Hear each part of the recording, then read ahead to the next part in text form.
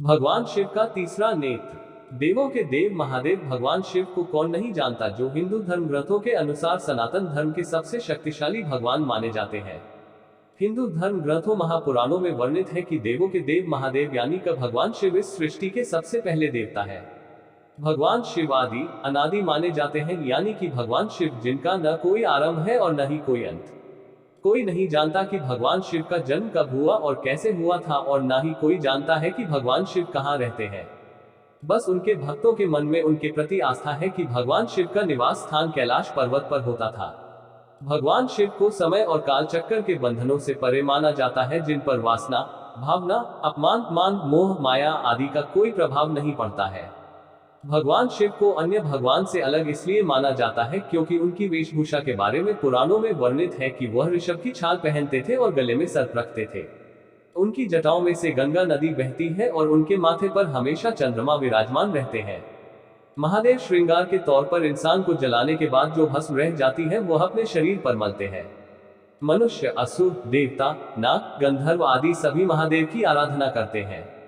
महापुराणों भी वर्णित है कि भगवान विष्णु हमेशा महादेव भगवान शिव का ध्यान करते हैं और भगवान शिव हमेशा भगवान विष्णु का ध्यान करते रहते हैं। सभी देवी देवताओं में महादेव ऐसे भगवान हैं जिनको त्रिनेत्रधारी, त्रिलोचन या तीन आंख वाला भी कहा जाता है। तो आइए आज हम भगवान शिव के तीसरे नेत्र के बारे में विस्तार से चर्चा करते हैं। महापुराणों और महाग्रंथों में भगवान शिव के मस्तिष्क पर एक तीसरी आंख के होने का उल्लेख किया गया है। इसी वजह से उनको त्रिलोचन या त्रिनेत्रधारी के नाम से भी जाना जाता है। भगवान शिव अपनी तीसरी आंख से भूतकाल, वर्तमान काल तथा भविष्य में जो भी होने वाला है वह देख सकते हैं, जबकि सामान्य आंखों से यह सब देख पाना असंभव है। भगवान शिव की तीसरी आंख खुलने को प्रलय का रूप भी माना गया है।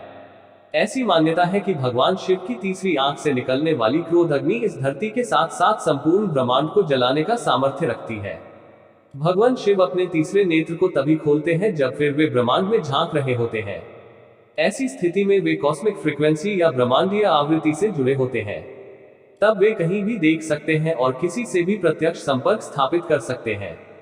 भगवान शिव जी के तीनों नेत्र अलग अलग गुण को प्रदर्शित करते हैं, जिसमें दाएं नेत्र सत्वगुण और बाएं नेत्र रजोगुण और तीसरे नेत्र में तमोगुण का वास है। भगवान शिव ही एक ऐसे देव हैं जिनकी तीसरी आंख उनके ललाट पर दिखाई देती है, जिसके कारण इन्हें त्रिलोचन भी कहा जाता है। माना जाता है कि शिव का तीसरा चक्षु आज्ञा चक्र पर स्थित है। आज्ञा चक्र ही विवेक बुद्धि का स्रोत है। भगवान शिव की एक आंख में चंद्रमा और दूसरी में सूर्य का वास है और तीसरी आंख को उनका विवेक माना जाता है। भगवान शिव के मस्तक पर उनका तीसरा नेत्र उनकी अन्य सभी देवी देवों से अलग पहचान बनाता है। मस्तिष्क के दो भागों के बीच माथे एक पीनियल ग्रंथि होती है।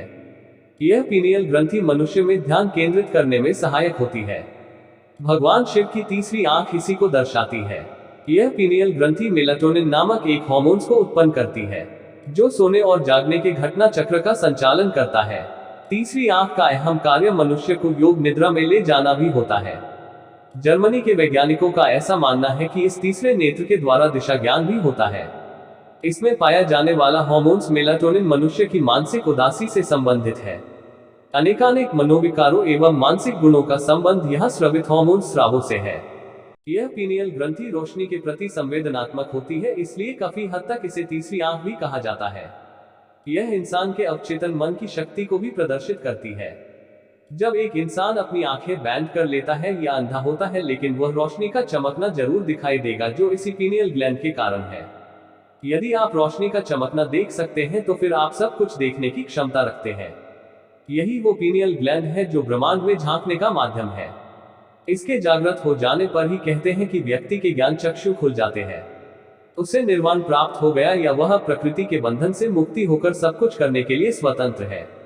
इसके जागृत होने को ही कहते हैं कि अब व्यक्ति के पास दिव्य नेत्र का होना है, जिसके द्वारा माना जाता है कि इस दिव्य नेत्र तीसरी आंख के द्वारा इंसान अपने निकट भविष्य में होने वाली घटना को भी महसूस कर सकता है या अपने सामने वाले इंसान के मन को पढ़ सकता है।